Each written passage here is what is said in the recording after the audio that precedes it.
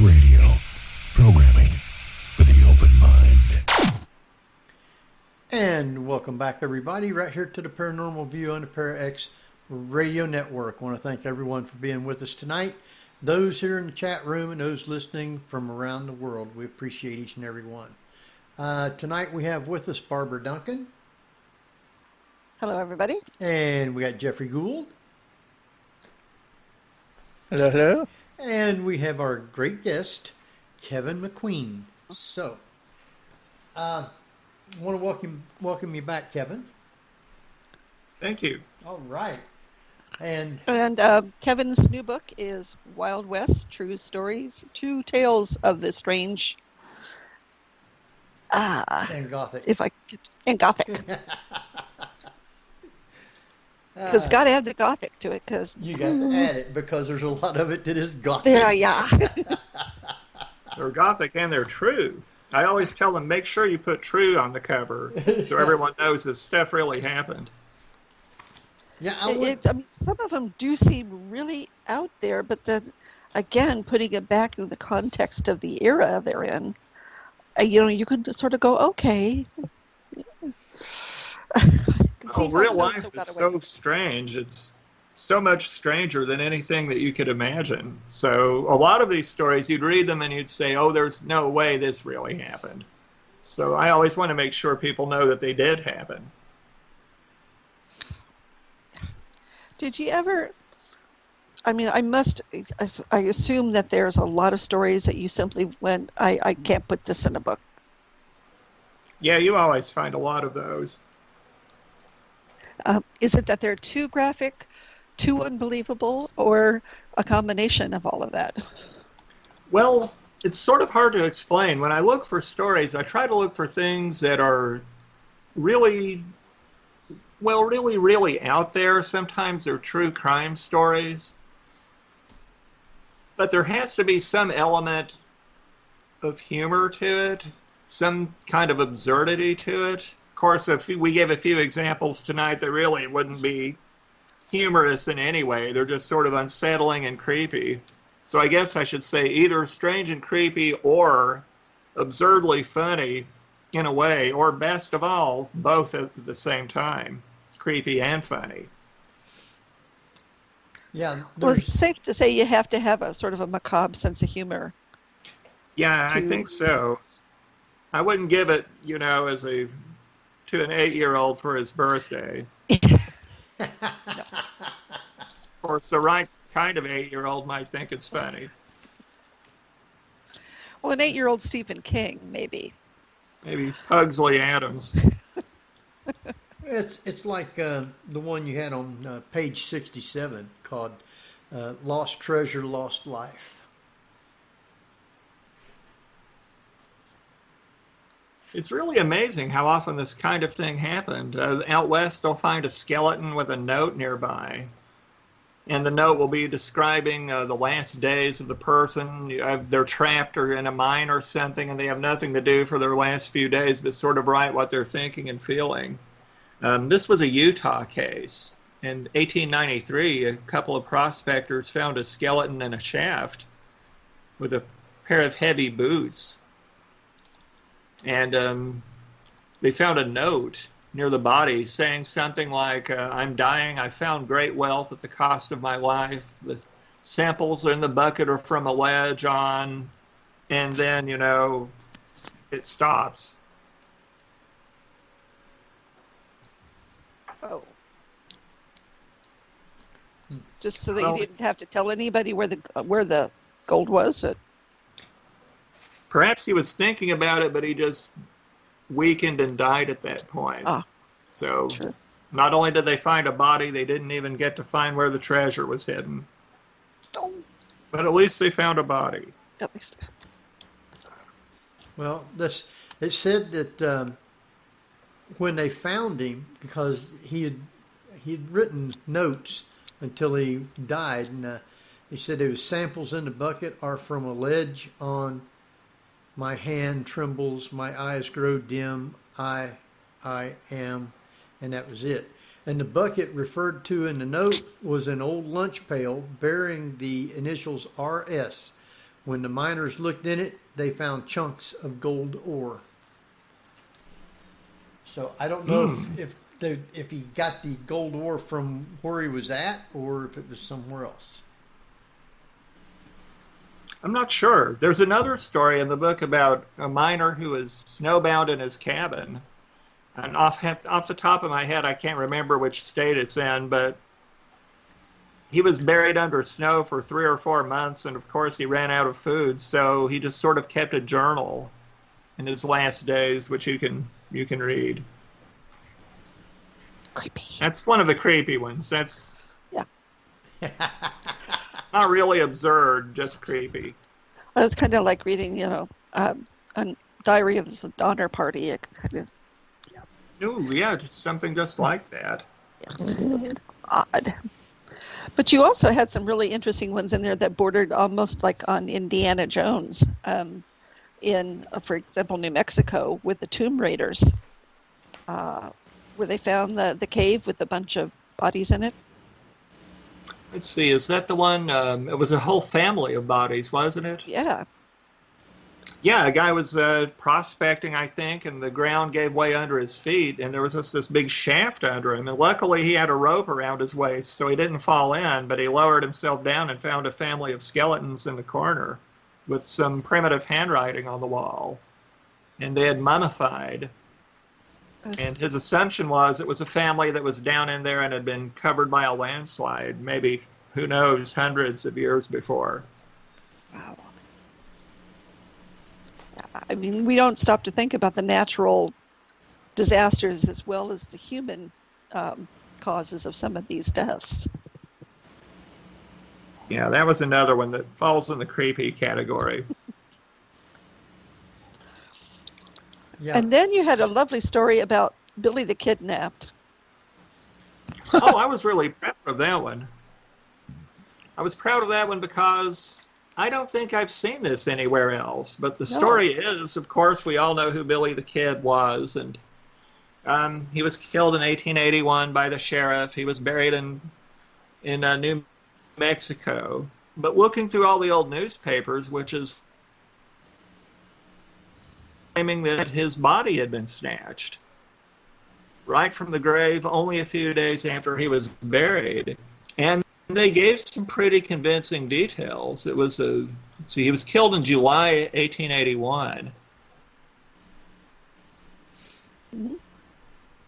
I think. Days later. It didn't really hit print until about October 1881, a few months later. But the story went that a doctor had him exhumed and took his body and buried the body in a corral, but he took the head and boiled it so he could have a Billy the Kid skull. And that once the body decomposed naturally, he was going to wire all the whole skeleton together. For what reason, nobody knows. My guess is that he was going to take it on the road and display it. And it just seems like the kind of thing that would not really the kind of thing that you'd make up, because allegedly this was in a small town called Las Vegas, New Mexico, and that one of the local doctors did it. Well, how many doctors could there be in Las Vegas, New Mexico in 1881? You'd be risking a libel suit. Right. And it would be a very easy thing to prove or disprove. You just go to the corral and you dig and see if the body's there. So I have a feeling it actually might be true. Wow. And so then people say, well, why don't they just exhume Billy the Kid's grave and see if he's in there? Well, there was a flood about 1902 or so, and it just washed away most of the cemetery. It washed away his original tombstone, which was later replaced, but nobody knows if it was placed in the correct location. So Billy the Kid's gravestone now may not even be on his grave. Oh. So there's really no way now to dig up and see if he's really there. Well, I assume when it washed away the tombstones, they washed away the graves too, right? Probably so. I'm just guessing. But apparently they had a very bad flood about 1902, and he didn't get a new tombstone for about 30 years. And by that point, nobody really knew where the original grave was located. So it would be Well, very hard to find.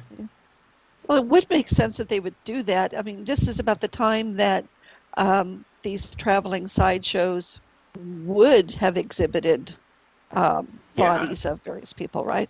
they did it all the time. If some notorious criminal died, they'd try to get hold of the body and take it on display. In one of my other books, I have a story about a Wild West, well, not really Wild West, more like Arkansas area, a train robber named Rube Burrow. And after he died, they put his body on display. John Dillinger was on display for several hours before the authorities finally took him away. Wow.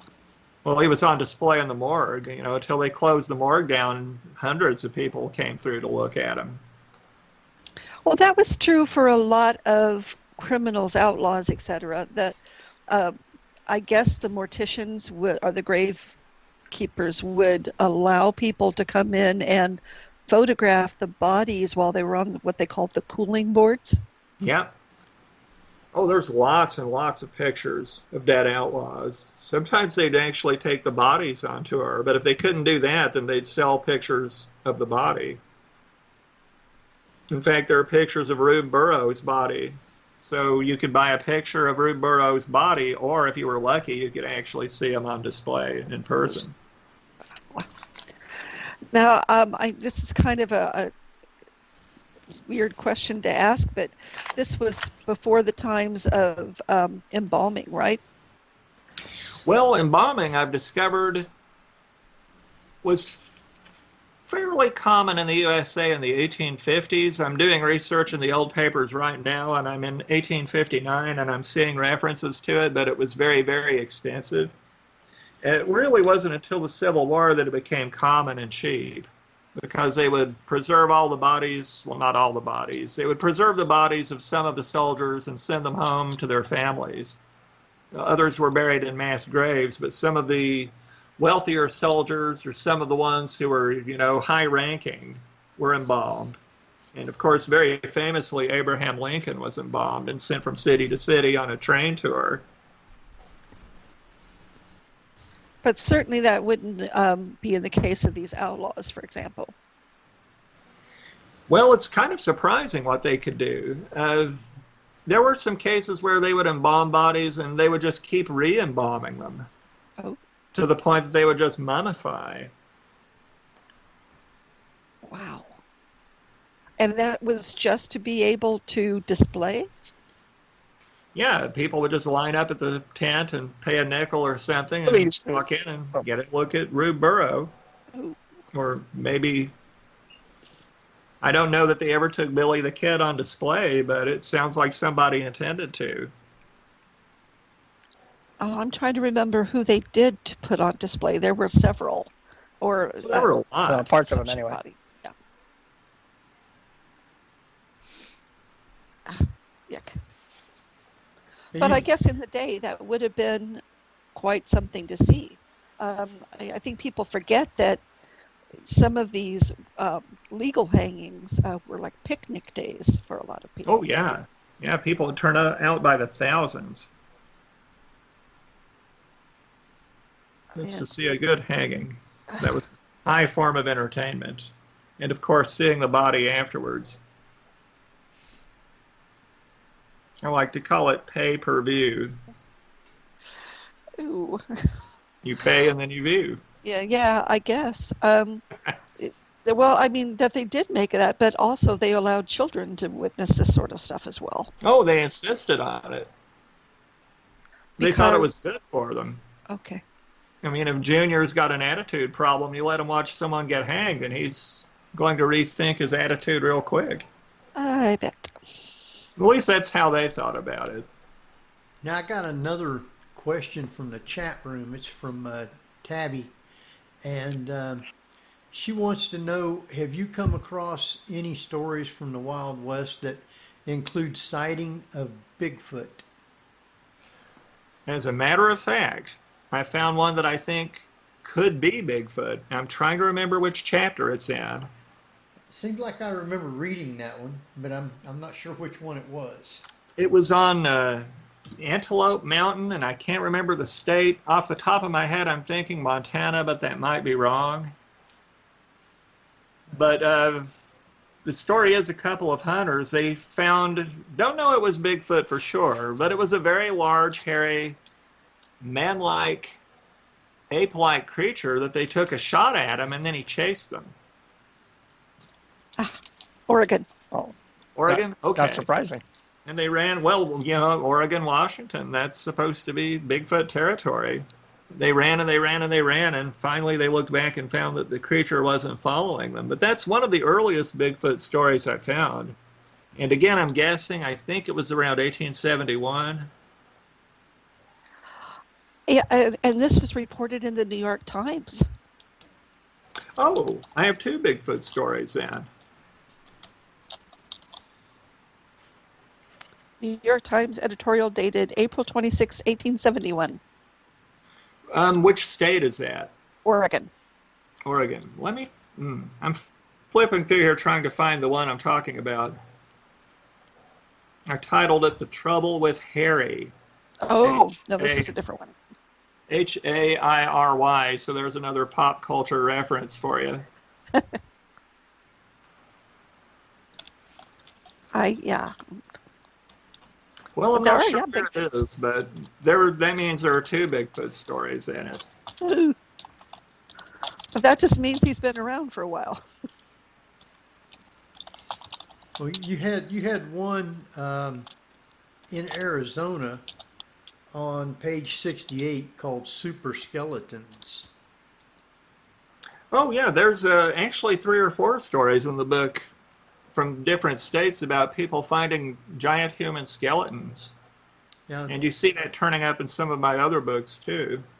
and this one here said one perfectly preserved skull was made of bone an inch thick. Now that's a thick skull. Yeah. The rain also revealed pottery, earrings, and remains of charcoal. So you wonder how old that skeleton was. I keep finding lots of stories about that, so I don't know. It's just hard to believe that they're all hoaxes. It's hard to believe that they're all from people who don't know a human skeleton from a dinosaur skeleton. But then you have to wonder, where are all the bones? Where did all these things go? Yeah. Well, There's a lot of Indian tradition of giants living in caves, not just in the West, but in New England area. Oh, and Bigfoot, too. And Bigfoot, too, yeah. It wouldn't surprise me. I think I do have some New England giant skeleton stories in my New England book. Oh, I think so. I think so, Yeah. because I've written so many stories now, I simply can't remember them or which books they're in. But I know I've got a lot about those. Now I got another question from Sarah in the chat room. She wants to know, are there any alien abduction stories from the Old West? I can't think of any. Well, one thing that I've been looking for as I go through the old newspapers, I'm definitely looking for stories about UFOs or anything strange from the skies, but curiously enough, I haven't seen any. Not till about 1897, and then you've got the famous first wave of UFO sightings in the West and in pretty much all over the USA. But I can't really find anything before that. You said 1897? Yeah, it's considered the first great UFO, they call it a flap, a wave of sightings. Okay. It's been a long time since I've heard that term, but yeah. Yeah, I'm sure it's an out-of-date term. My head is full of out-of-date terms. I still use the term. I knew what it meant. And so I actually do use it, but I don't use it often. Because we haven't had many flaps of late. That's true. I don't think there's been one Not of late. No. since. They don't want to catch COVID. That's it. They're staying away from us. They read H.G. Wells. We're out of there. They're social distancing by staying on Pluto. But you do have a ghost story. Yes, I was just getting ready. Go ahead, Barbara. The Hotel Fit for Ghosts. Which page is that one on? Like I said, this is in Oh, right. Terrifying. That was Like a Wild West haunted house.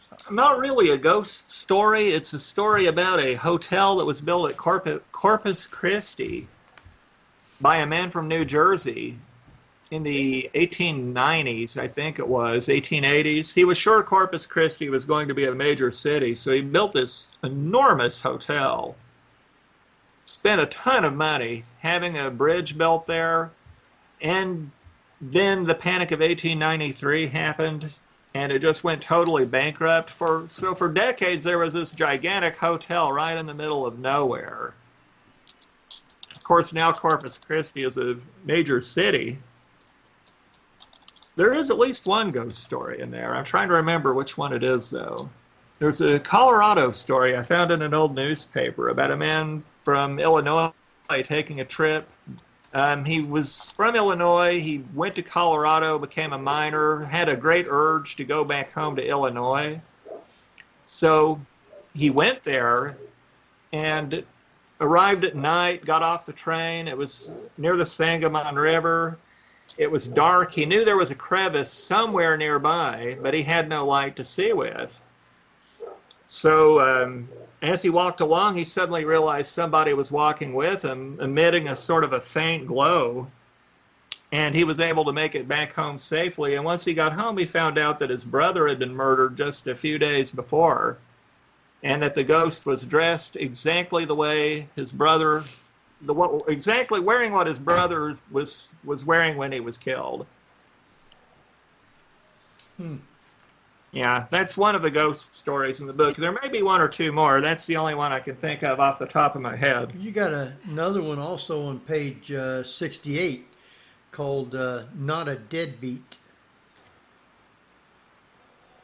I don't even remember that one. It's about the Bronco Mine. Oh, Bronco Mine and Tombstone. That was one that I, have a sort of a doubts about, but I thought it was sort of a funny story. It was 1897. There was a mine near Tombstone. There was a ghost that came out every night. It really sounds kind of dangerously close to Scooby-Doo territory.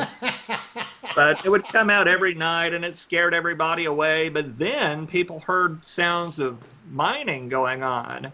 Dynamite going off. Where did a ghost get hold of dynamite and drills? But it also turned out 16 men had been murdered in the mine, so... Wow. Who knows? Yeah. But, it's interesting. You also had things about premonition in there. I think there was a story about a doctor who had a dream about somebody coming into his bedroom at night, and he had kept a pistol under his pillow. So he ends up firing the gun, he says, and ends up killing his wife.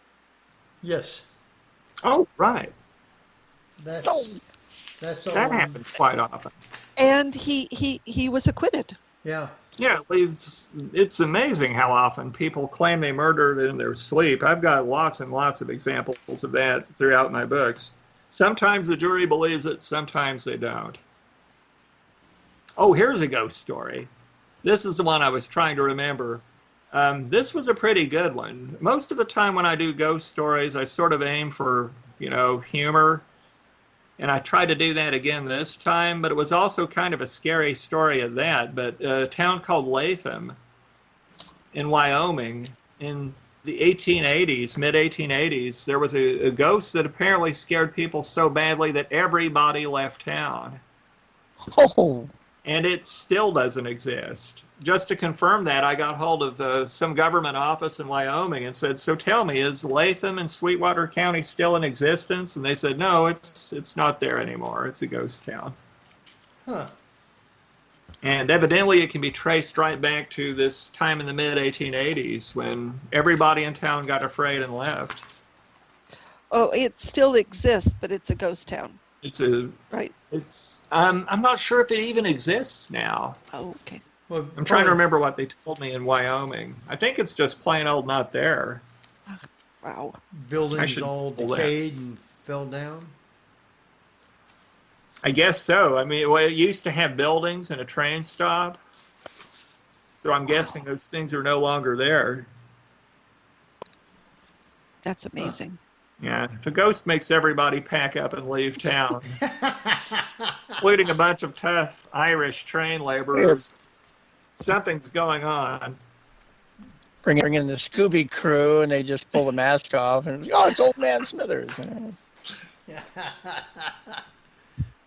See, you really do have some Scooby-Doo stories in here. I guess I do. I guess that's, yeah. Okay, I got another question from Tabby in the chat room. She wants to know, have you heard of any stories of anyone being hanged or burned for witchcraft during the mid to late 1800s? Not out west. And I don't remember any stories about anybody getting burned for witchcraft, at least not in America. They were some were hanged for it. Yeah. But not burned. Now, I'm sort of getting off the topic of the Wild West, but while doing research for further books, as I mentioned, I've been going through newspapers from the 1850s lately, and I did find a story from 1857 about a woman who hanged herself in Virginia. It's now West Virginia, but it was a town in what was then called Virginia. What I thought was interesting about it was not only after she hanged herself, the citizens would not bury her in a churchyard, but they buried her at a crossroads, which is exactly what they did in England. Find a way back. And in New England, to keep people from turning into vampires. Yeah, and to keep them confused that they couldn't find their way back. Yeah, they thought that suicides would become vampires. Yeah. Which is what they thought in England and in New England. But that's the first time I've ever seen a Southern story where somebody did that, which makes me wonder if the folklore about vampires didn't extend farther south than we've thought before. Wow. And you had a... go ahead, Yeah, Barbara. you also have a murder by astrology, too, in Oregon.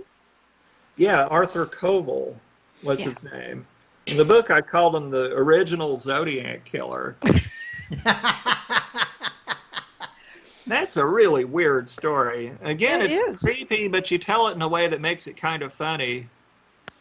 He was not technically speaking a murderer because he had a broken back from a car wreck and he couldn't get out of bed, but he figured out a way to get his nephew to do a murder for him. And because he was an astrologer, he tried to figure out the perfect days by judging the stars to commit murders. So he had his sister-in-law murdered by her son, that is, his nephew.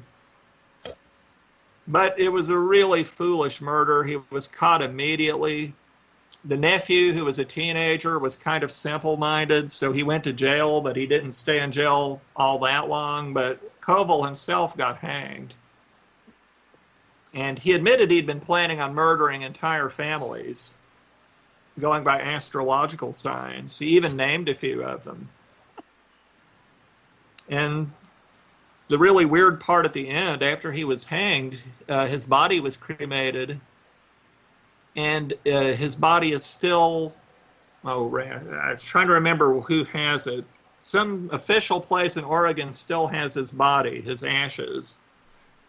And if you can prove you're a descendant of Koval's, you can have them. Huh. Oh, here we are. I found it.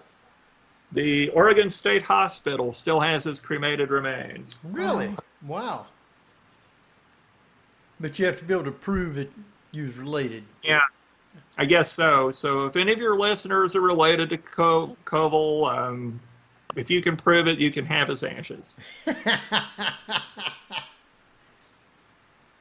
You had another one here in Utah on page 68 called Pickup Service Requested. I thought that one was pretty weird, you might say. Oh, that is pretty grim, isn't it? Yeah. guy calls the local police, 1913, and says, "Come get me, I'm dead." And when they rush over, they find that he is dead. He just shot himself. I guess he didn't want to just lay around. No, I guess not. Again, it's just one of those things where you have to think, what were they thinking? But you'll never know. No.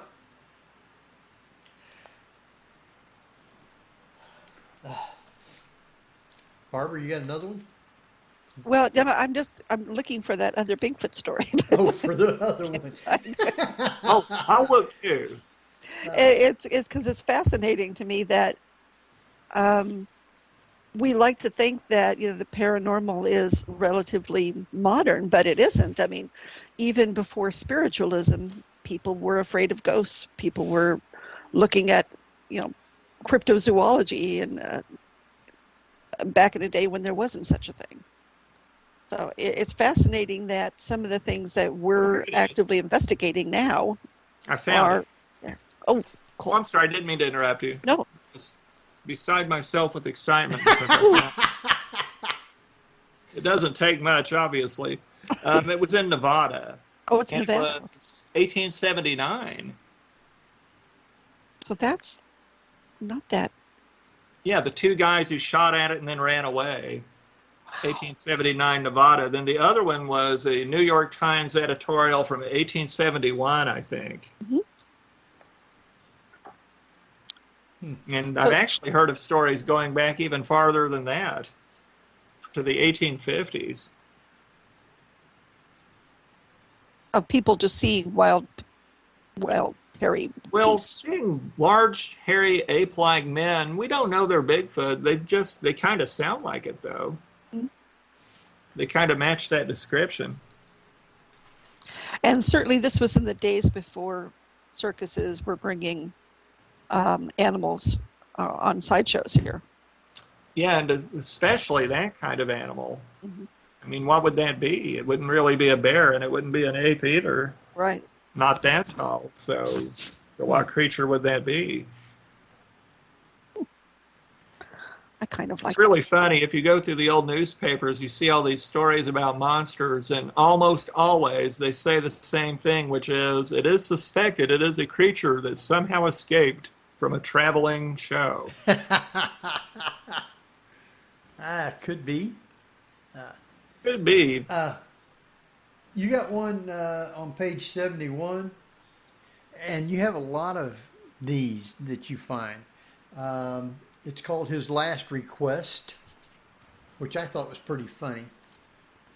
Apparently they didn't grant it. Oh, I found it. Yeah, I have a lot of execution stories where people say or do something really, really weird right in their last moments. So this is an Arizona story. Guy went to the gas chamber in 1936, and of course they always say, "Do you have a last request?" And his was, "Yeah, give me a gas mask." So you gotta love someone with a good sense of humor like that. But they didn't grant it. Oh, that was probably asking for too much. Yeah. I thought that one was funny. And you had one on page 102 in, I believe it was in Montana, where it was called Chain Reaction, and it's not a funny story, but it was interesting of what took place. That's one of the creepy ones. Yeah. So, yeah, the story goes a 7-year-old got a set of ice skates for Christmas. And the first time he tried them out, he skated right through a thin hole in the ice and drowned. And the woman who pulled his body out got pneumonia. And then a few days later, her husband died of shock. So it was just like a chain reaction. Yeah. Of all these deaths taking place. And you have quite a few of them in there like that where there's more than one death related to something like that. Yeah, I can think of some from my other books too. It's just bad enough that one thing happens, but then one thing leads to another, and then to another, and then to another. And again, it's like something from a Coen Brothers movie. Barbara, you got one? Well, I was wondering, because we're on the subject, and there's a question in chat about, are there any other type of cryptids? I'm guessing people are looking back to cowboys versus aliens, or cowboys versus the dinosaur sort of things. Were there any reports of any other types of crypto creatures other than Bigfoot? Let me think. I can't think of any from the Western book. I do have some from my other books. I wrote one that was a Kentucky book called Forgotten Tales of Kentucky, where there's an entire chapter full of stories of really weird monster-like things people encountered in the woods and on the roads at night. Come to think of it, that book even has a chapter about giant skeletons, too. So there's incredible how many cases from Kentucky that I found. In the caves? In the caves, sometimes in mounds. In fact, the best documented one I could find came from right here in the county where I live, at a place called Waco. And the bones were examined by, I can't remember his name, but he was a geologist. And the bones were measured, etc. So that was a pretty well-documented case. Were they able to do any DNA extractions from, like, the teeth? Well, this was so long ago. It was, I just can't remember the year, but I think it was in the 1880s. Unfortunately, I don't have that book with me. And what happened to the skeleton, who knows? They all seem to disappear.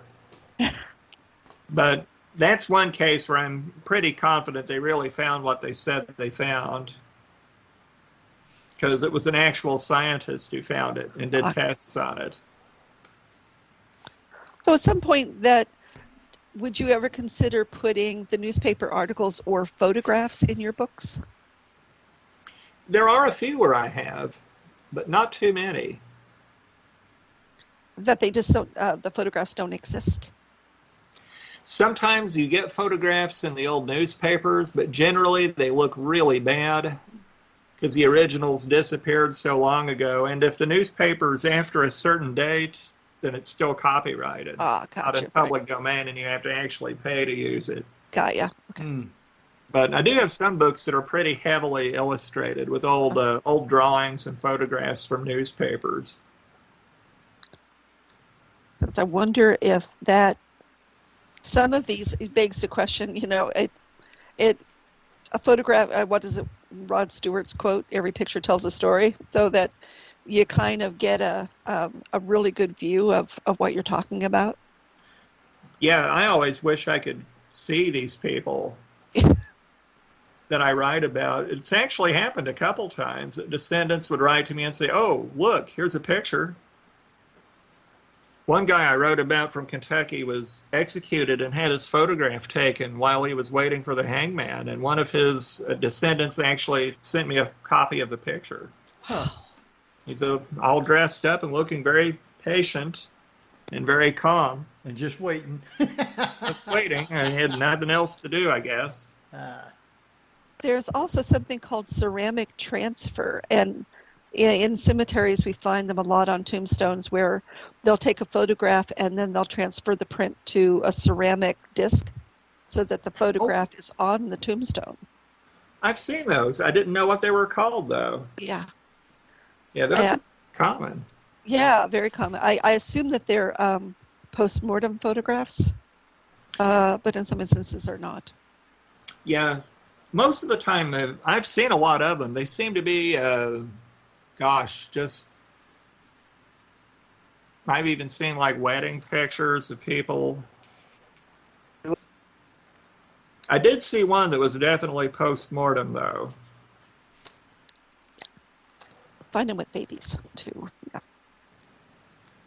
It was really, really creepy. It was a photograph of the guy lying in his coffin, and they put the picture on his tombstone. Yeah, that happens a So lot. it's creepy for two reasons. Number one, you think to yourself, couldn't they find another picture? Why this one?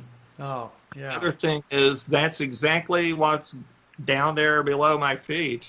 No. I know exactly how he's dressed and what his coffin looks like. Wow. Oh, we forget too, photographs were expensive to have done. Oh, yeah. So a lot of people didn't necessarily have them. That's But I guess true. it's the last thing you could do. Yeah, The way they had to Awesome. take them. Mm-hmm. the guy was just maybe not photographed in life. Yeah. And that was the best they could do. Ew. Now, you had one on page 89.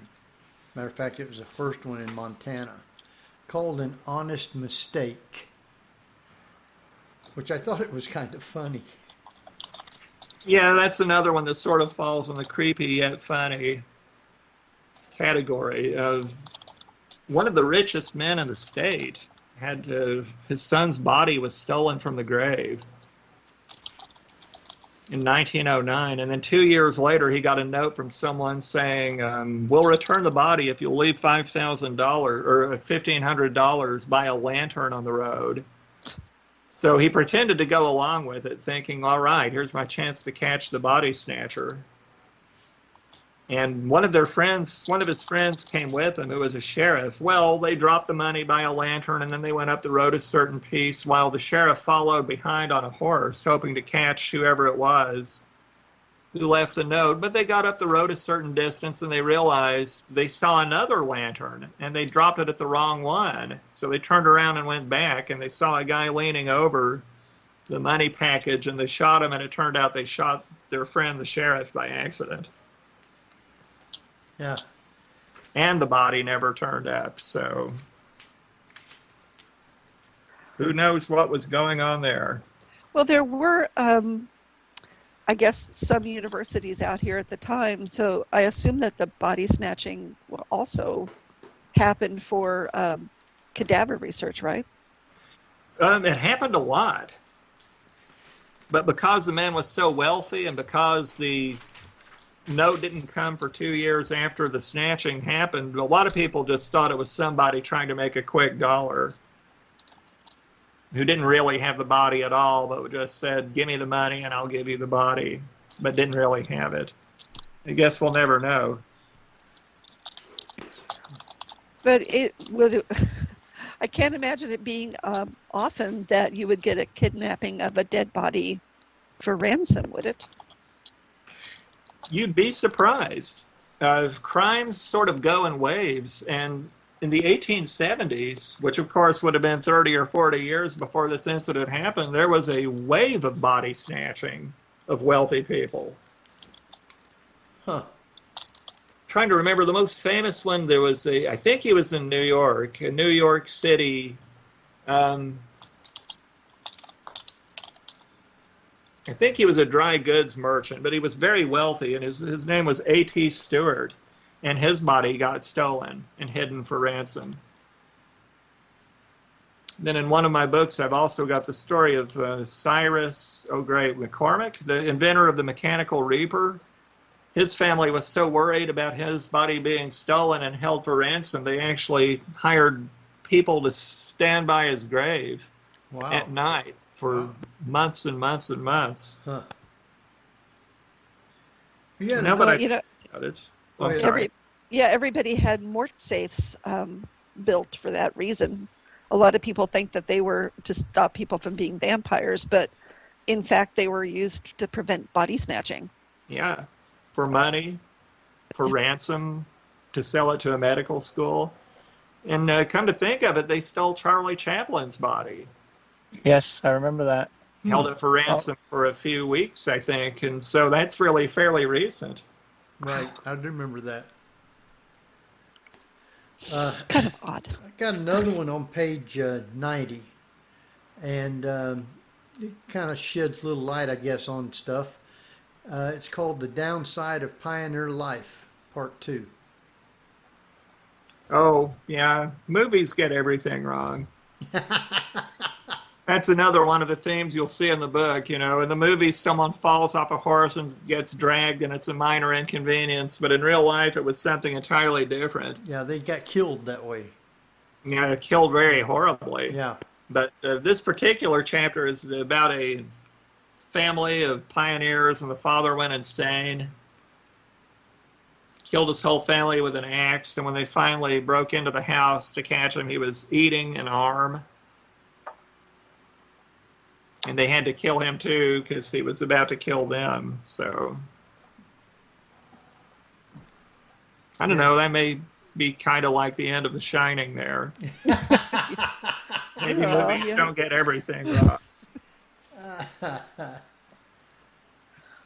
Let's see. But I guess we have to think that there was a lot of mental health issues back then as well. So. Oh, sure. Yeah, really hard life, really uncertain life, a very violent place, and of course they had no real medication for depression. Not much of a way to treat it. Well, out away from everybody and everything. Isolation. You wasn't going to get any help anyway. Yeah. So. You were kind of at the mercy of things. Yeah, that's pretty much it. Sheer isolation drove a lot of pioneers crazy. Well, 125 had page 125 had an interesting one called "In a Pickle." Oh, another recurring theme in the book. Yeah. People being buried and then being exhumed and finding something very interesting has happened to them. Very well preserved, or in this case, it was someone, let's see, where are we? Oregon. Baker City, 23-year-old, died in 1900. About a year later, the family had her exhumed to have her moved and find that she'd turned into what they called white marble and weighed a couple 100 pounds, whereas she didn't weigh anything like that in life. So did they find out what caused her to look like white marble?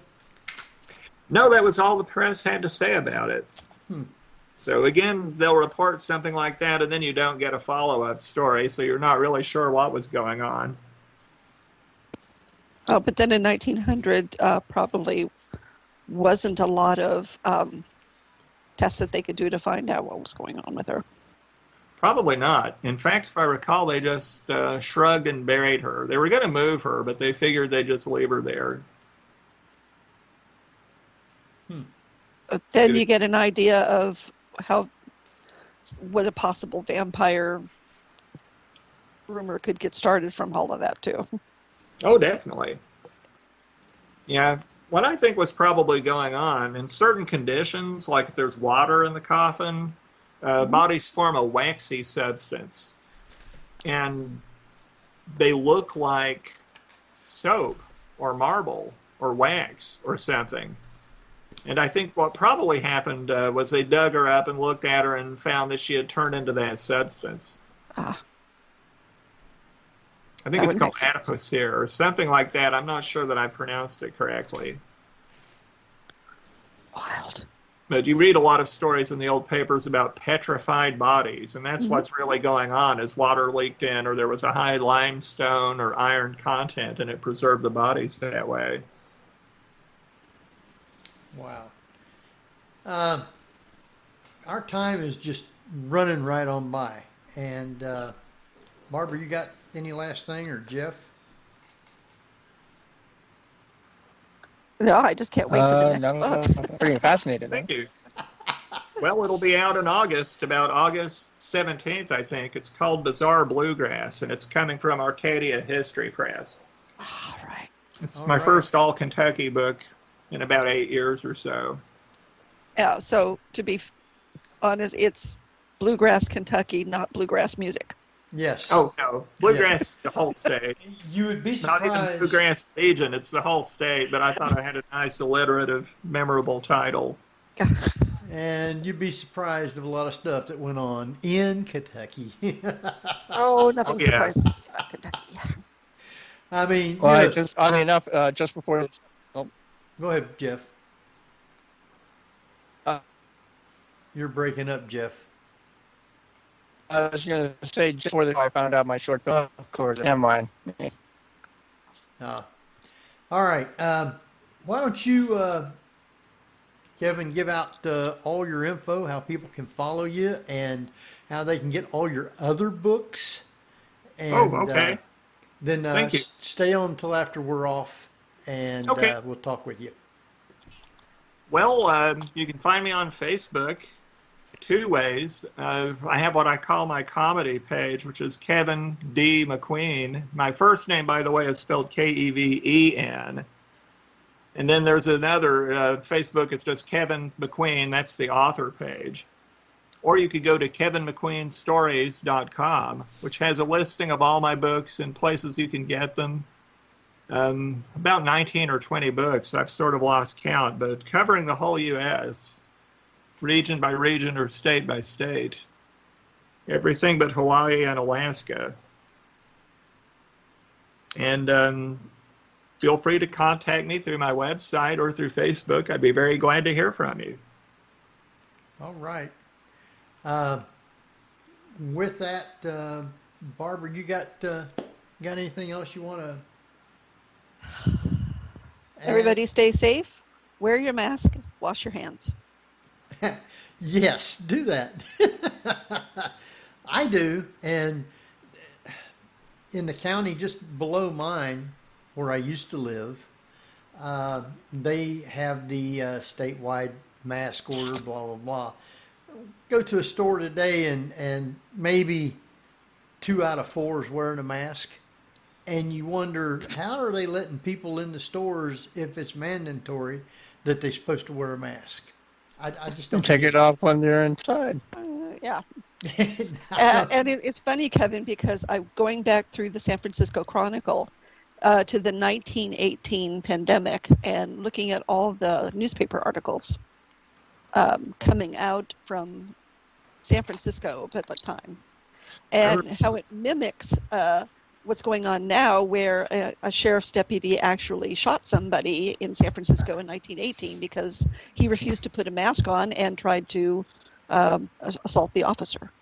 Wow, crazy. History repeats itself. It does. It does. Yeah, when I was going through the newspapers myself for the Louisville Courier-Journal, I found a lot of stories from 1918 about the Spanish flu epidemic. Wow. There's a book right there. Maybe so. Newspaper. Yes, it is. So with that, I want to thank everybody for being with us tonight. Hope you enjoyed the show. And we'll be back next week at the same time. So I want everybody to stay safe, and we'll see you next week. So this is Henry Foister. Jeffrey Gould. And Barbara Duncan. We'll see you next week at the same time. So good night, everybody.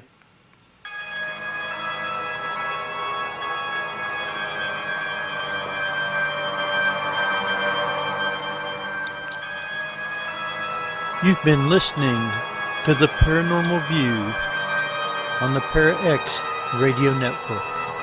Join us again next week at the same time for more of the Paranormal